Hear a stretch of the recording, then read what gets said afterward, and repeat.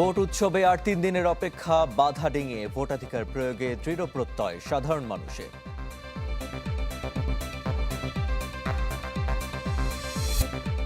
ভোটারদের ভয় দেখানোর অভিযোগ তারেক রহমানের, ষড়যন্ত্রের দাঁত ভাঙা জবাবের হুঁশিয়ারি।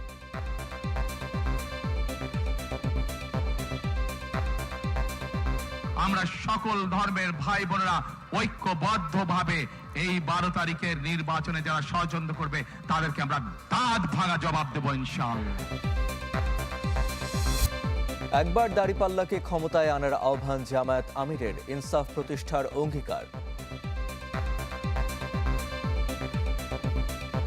আগামীর বাংলাদেশে শফিকুর রহমান প্রধানমন্ত্রী হতে পারেন, এটা আল্লাহ ভালো জানেন। কে হবেন না হবেন, যদি এমন কিছু আমার দায়িত্বে এসে যায়, আমি পরিষ্কারভাবে বলতে চাই, আমি 54,000 বর্গমাইলের 1 ইঞ্চির পর বেইনসাফি করতে পারবো না।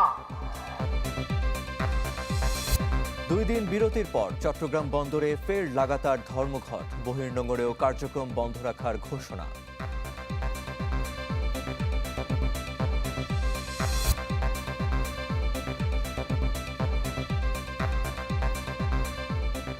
আমন্ত্রণ চ্যানেল 24-এর সকাল 7টার খবরে শুনছিলেন প্রেসিডেন্সি ইউনিভার্সিটির সংবাদ শিরোনাম। আপনাদের সাথে আছি আমি মনজুর আরিফিন। বাকি আর মাত্র 3 দিন। দীর্ঘ 1.5 দশকের অপেক্ষার পর 12 ফেব্রুয়ারি সত্যিকারের ভোট উৎসবের অপেক্ষায় বাংলাদেশ।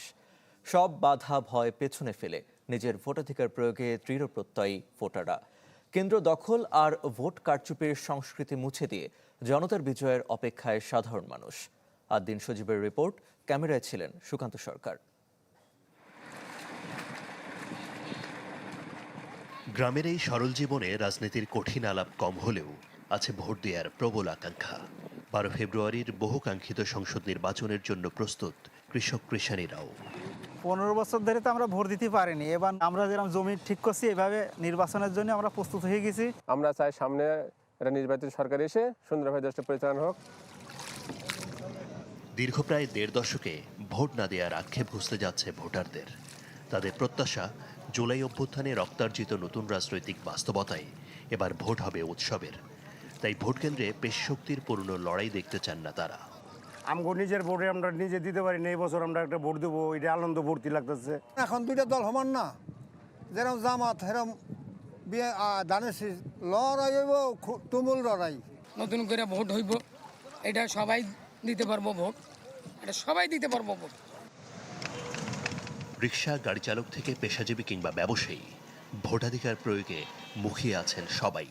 তাই ভোট দিতেই গ্রামের বাড়ির পথে এখন অনেকেই।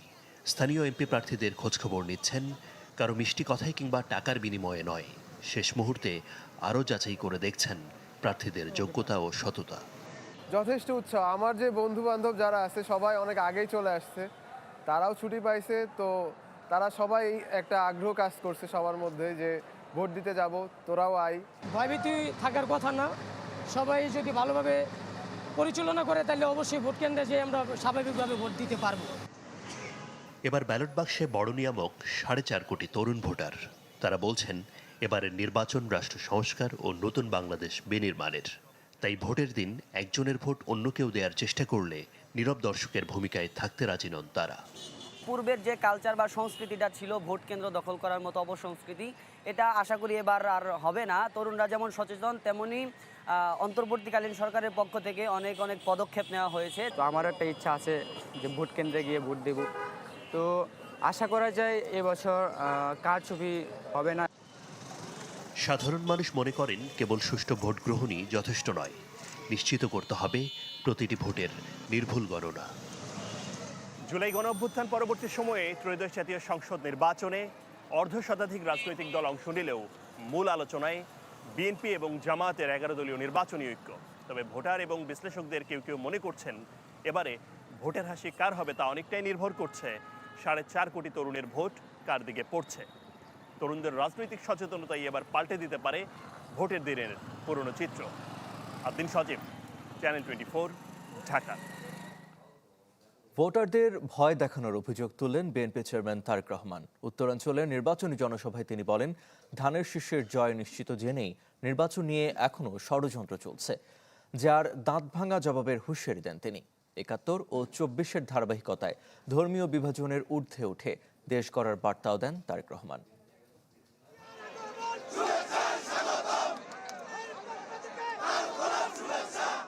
উত্তরের জেলা ঠাকুরগাঁয়ে দীর্ঘদিন পর তারেক রহমান জনসভা স্থল সরকারি বালক উচ্চ বিদ্যালয়ে পৌঁছালে তাকে তুমুল করতালি আর স্লোগানের মধ্য দিয়ে স্বাগত জানানো হয়।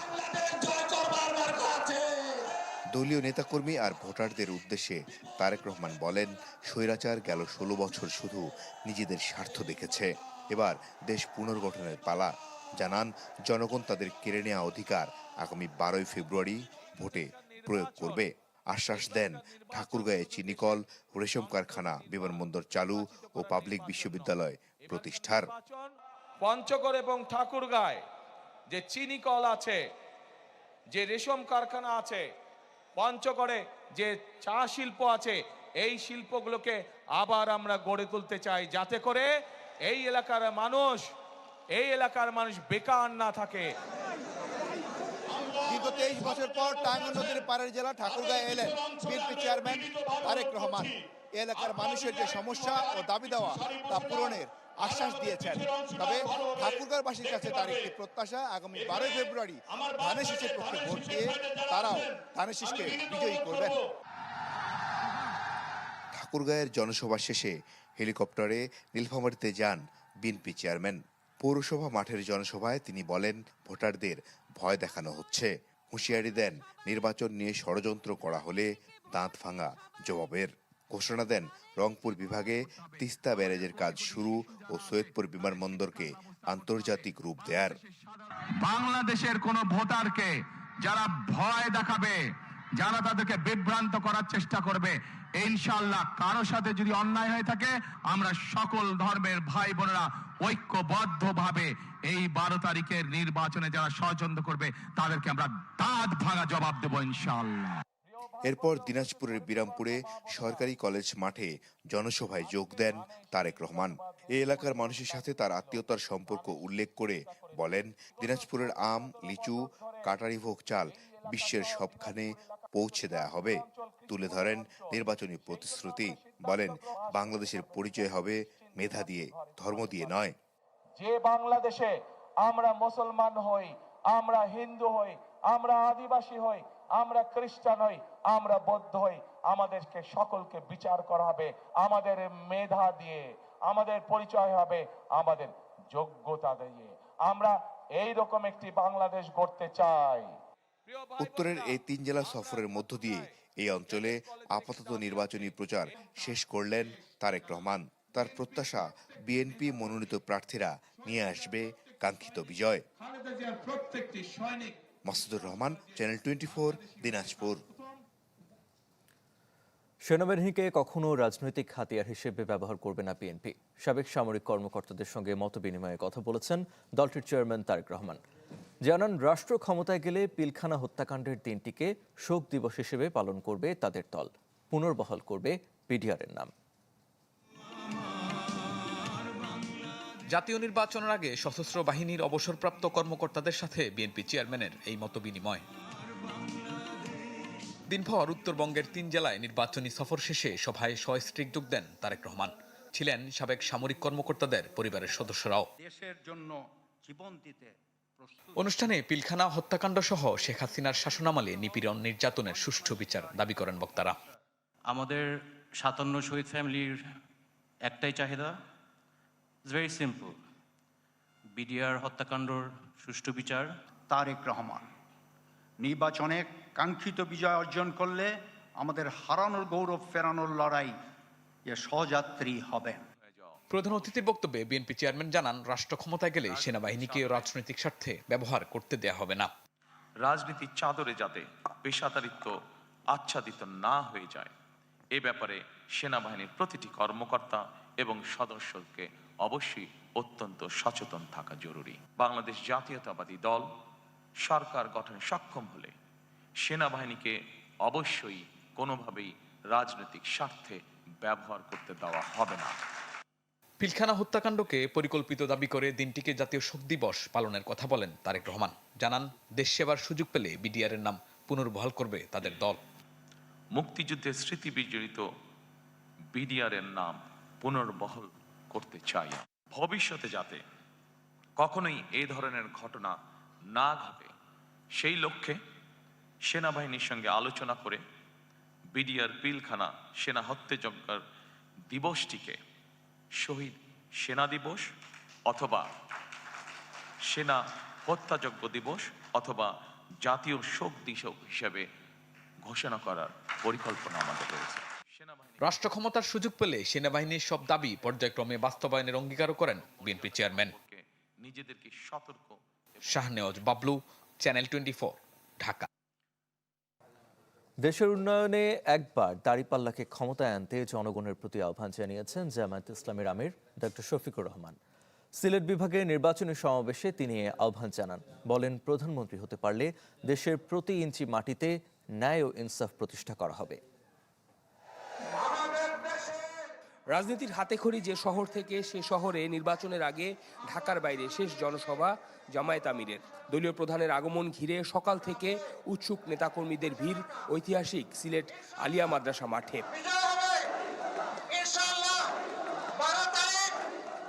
নির্ধারিত সময়ের আগেই শুরু হয় জনসভা। জেলার 6টি আসনের জামায়াত ও জোট শরিক প্রার্থীরা বক্তব্য দেন উপস্থিত জনতার উদ্দেশ্যে। বহুদিন পরে একটু সিলেটি মারতাম পারলাম, এতদিন খালি বাংলা মারতেন। আপনারা ভালো আছেন?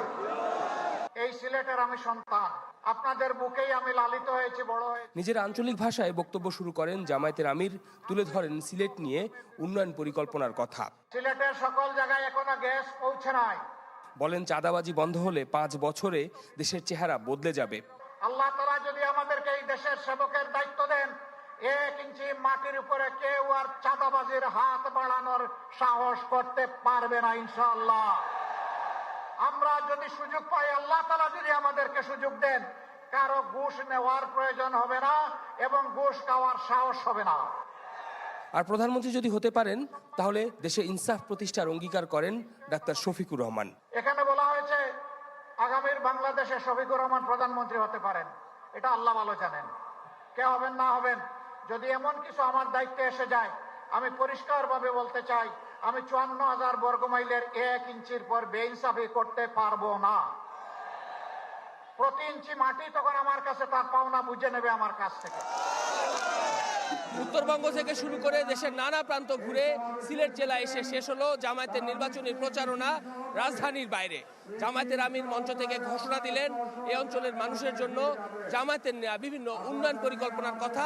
বললেন, একবার যদি জামায়াত সুযোগ পায় তাহলে ইনসাফ ভিত্তিক বাংলাদেশ গড়ে তুলতে বদ্ধপরিকর। এর আগে সকালে হবিগঞ্জে নির্বাচনী প্রচারণার মাধ্যমে দিনের কার্যক্রম শুরু করেন জামায়াতের আমির। বলেন, বাংলাদেশকে আর বিভক্ত হতে দেয়া হবে না। যে কোনো ধর্মের মানুষ তার মেধা এবং যোগ্যতার ভিত্তিতে সে তার উপযুক্ত কাজ পাবে। ধর্মীয় পরিচয়ে কাউকে আর বঞ্চিত করার কোনো সুযোগ থাকবে না। আমরা এই কাজ করব না। বিভিন্ন ধর্মের মানুষ আছে, তাদের ধর্মীয় আচার অনুষ্ঠান যেটা আছে তাদের মতো করে মন ভরে করবে। এখানে কেউ বাধা দেওয়ার সাহস দেখাতে পারবে না। হবিগঞ্জ সিলেট শহরের বাইরে মৌলভীবাজারের কুলাউড়ায় নির্বাচনী জনসভায় অংশ নেন জামায়াতের আমির। শফিকুল ইসলাম সবুজ, চ্যানেল 24, সিলেট। নির্বাচনী প্রচারে প্রার্থীদের পারস্পরিক সহনশীলতার প্রশংসা করেছেন ডক্টর মোহাম্মদ ইউনূস। নির্বাচন নিয়ে উচ্চ পর্যায়ের বৈঠকে প্রশংসা করেন তিনি। প্রধান উপদেষ্টা প্রেস উইং জানান, বেসরকারি সংস্থা পাশাকে পর্যবেক্ষক কার্ড দেওয়ার সিদ্ধান্ত স্থগিত করেছে ইসি। নির্বাচনের প্রস্তুতি নিয়ে রাষ্ট্রীয় অতিথি ভবন যমুনায় অনুষ্ঠিত হয় উচ্চ পর্যায়ের সভা। সভাপতিত্ব করেন প্রধান উপদেষ্টা ডক্টর মোহাম্মদ ইউনূস। পরে এর বিস্তারিত গণমাধ্যমকে জানান প্রেস সচিব। বলেন, প্রচারণার পরিবেশ ও ভোটের প্রস্তুতি নিয়ে সন্তুষ্টি প্রকাশ করেছেন ডক্টর ইউনূস। চিফ অ্যাডভাইজার তার বক্তৃতার প্রথমেই সন্তুষ্টি প্রকাশ করেছেন যেইভাবে ক্যাম্পেইনটা চলছে।